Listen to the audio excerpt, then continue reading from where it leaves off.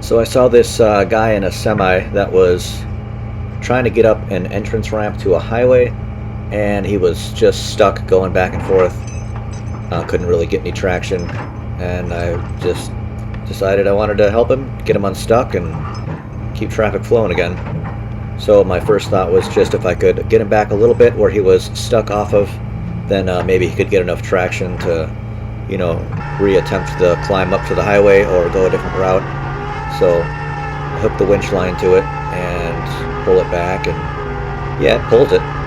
No problem moving the truck, but it's just so slippery that it's not getting any traction at all. So next option would be to just basically pull him back the way he came to the other side of the truck here, and try to get him just completely free and clear of that entrance ramp, and we can get some of these other trucks going and this other traffic moving. But I ended up hooking a winch line up to it, putting it in free spool, and the winch line on this truck is actually a lot shorter than normally on my recovery trucks. So as I pull forward, I just completely pulled the winch line just free and clear of the drum. So the winch was no longer an option at all. And there it goes. Which means the options are either A, I quit and tell him sorry, call a tow truck, or B, I continue to use what other options I have available to me, and in this case would be we're just going to use some solid chains, and it'll be a lot shorter distance between me and the semi truck, so we got to be more careful, but still doable. So hook a chain to it and just start pulling this way.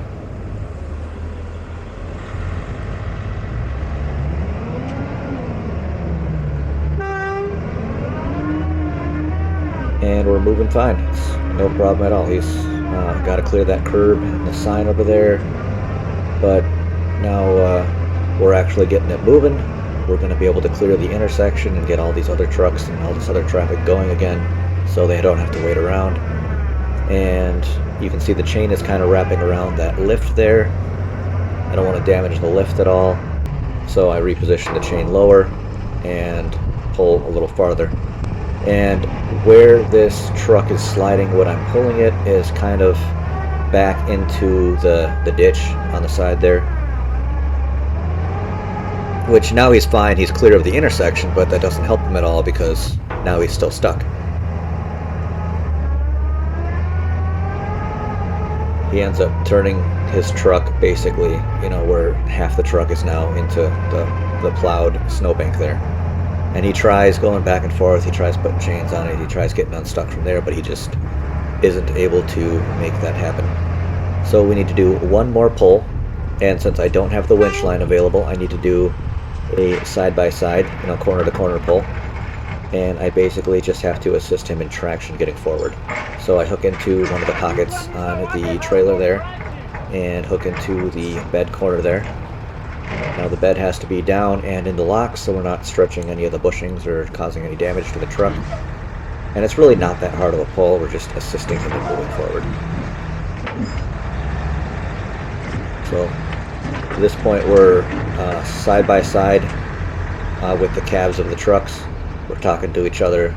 We're able to make it forward and clear the whole intersection, and he's going to end up going a different way to try to make his delivery.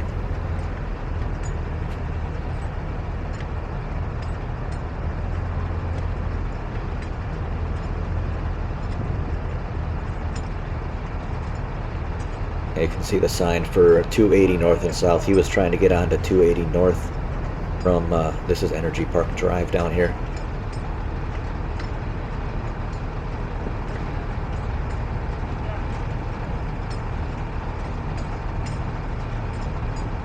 So now that we've cleared the intersection, traffic can flow again. We're all good there.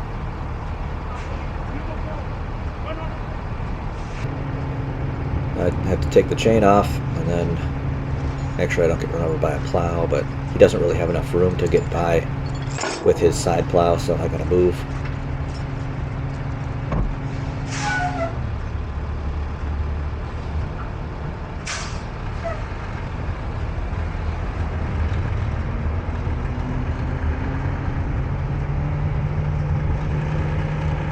guy is, of course, super happy. I don't charge him anything for it.